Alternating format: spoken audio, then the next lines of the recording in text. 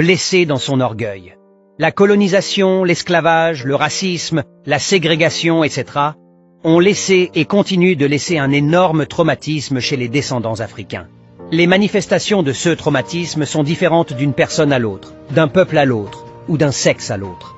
Alors qu'une femme noire traumatisée fera des choses qui sautent à l'œil, comme se blanchir la peau ou porter les cheveux des femmes blanches, l'homme noir, traumatisé, quant à lui, se comporte d'une façon différente.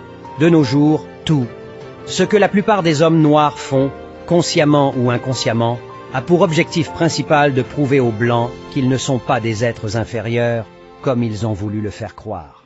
Seulement, ils s'y prennent d'une façon bien particulière. En fait, ces hommes noirs, blessés au plus profond de leur orgueil, pensent que pour être reconnus comme un être humain à part entière, ils ont besoin de faire comme les Blancs.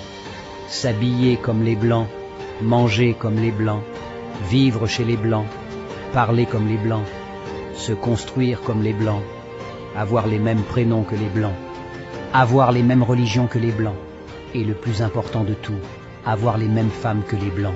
L'écrivain Frantz Fanon dit qu'on avait remarqué vers les années 1960 que lorsque les hommes noirs des colonies françaises arrivaient en Europe, la première chose qu'ils faisaient était de se diriger dans des maisons closes afin de coucher avec une femme blanche, n'importe laquelle. Cet acte leur donnait alors l'impression de se rapprocher du blanc, et du coup d'être supérieurs aux autres noirs. Pour ces hommes noirs traumatisés, traîner avec une femme blanche les met au même pied d'égalité que les hommes blancs. Selon des observations actuelles, environ 90% des hommes noirs riches et célèbres sont en couple avec des femmes blanches ou métisses, alors que seulement 5% des hommes blancs célèbres sont en couple avec des femmes noires.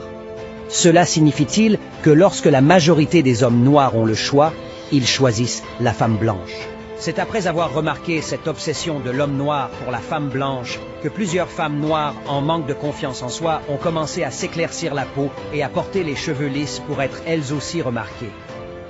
Et devinez quoi? Ça marche. En effet, ça peut être choquant, mais dans plusieurs régions en Afrique, lorsqu'une femme a la peau claire et les cheveux lisses, 90% des hommes noirs la trouvent plus intelligente, plus attirante et plus belle que les femmes noires authentiques. Source, le test de la poupée en version adulte. C'est d'ailleurs la raison pour laquelle, sur les chaînes de télévision africaines, la majorité des journalistes, des actrices, des animatrices ont la peau éclaircie. En se fiant aux apparences, on peut croire que l'homme noir est resté égal à lui-même, puisque lui au moins a gardé sa peau noire et ses cheveux crépus. Et pourtant, il souffre dans sa chair. Après tout ce que les Noirs ont subi dans ce monde, est-ce qu'il y a déjà eu une prise en